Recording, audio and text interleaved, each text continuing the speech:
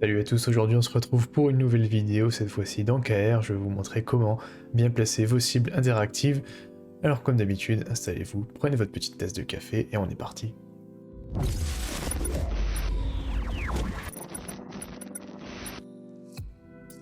Alors nous voici dans KR, on a donc une vidéo ici avec deux personnes qui sont en train de discuter travail.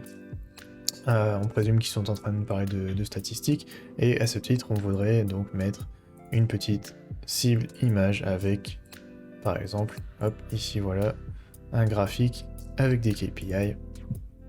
Parfait, j'enregistre. Par défaut, ma cible vient se placer à l'endroit où mon curseur était. Alors ça peut paraître très simple de venir placer vos cibles interactives, mais il y a deux règles de base à respecter et je vais vous expliquer tout de suite.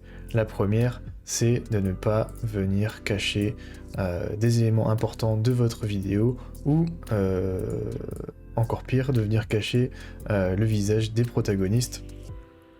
Alors pour venir placer ma cible, j'ai deux solutions. La première, c'est de venir, comme je viens de le faire, avec la souris, déplacer et modifier la taille de ma cible. Mais si je veux être beaucoup plus précis, je peux aussi venir cliquer ici sur la petite étiquette position et taille pour entrer des positions au clavier. Et pareil pour la taille. La deuxième chose, c'est de laisser du temps à vos apprenants pour cliquer sur la cible. Moi, je vous conseille de laisser au moins 5 secondes, comme ça ils ont bien le temps de voir la cible arriver, et ils ont le temps de prendre la souris, de cliquer dessus, parce que, à moins que vos étudiants soient tous Lucky Luke prêts à dégainer, en général, en dessous de 5 secondes, ça va être un peu compliqué, et ils risquent de passer à côté.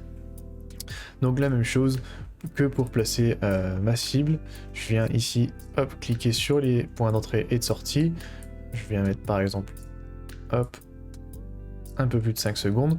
Pareil, si je veux être un peu plus précis, je peux venir cliquer hop ici et rentrer des valeurs à la main. Que je mets tout pile 5 secondes. C'est parfait. Et j'actualise. Donc là, on va voir un bon exemple où j'ai ma cible donc, qui est dans un coin de l'écran et elle ne cache pas d'autres éléments de la vidéo. Et surtout, j'ai bien le temps de venir cliquer dessus. Voilà. Si jamais vous n'avez pas la possibilité de mettre 5 secondes, parce que ça arrive malheureusement, n'hésitez pas à utiliser ici l'ouverture automatique, comme ça vous êtes sûr que les apprenants ne passeront pas à côté d'un contenu important. Voilà, c'est tout pour cette vidéo, j'espère que ça vous aura plu. Si c'est le cas, n'hésitez pas à laisser un pouce bleu et à vous abonner à la chaîne. Et si vous voulez faire passer vos formations à un niveau supérieur et créer des modules pédagogiques efficaces en quelques clics et qui vont réellement engager vos apprenants, je vous invite à découvrir Cumulus, le lien est dans la description de la vidéo. Je vous dis à très bientôt pour un nouveau numéro. Salut!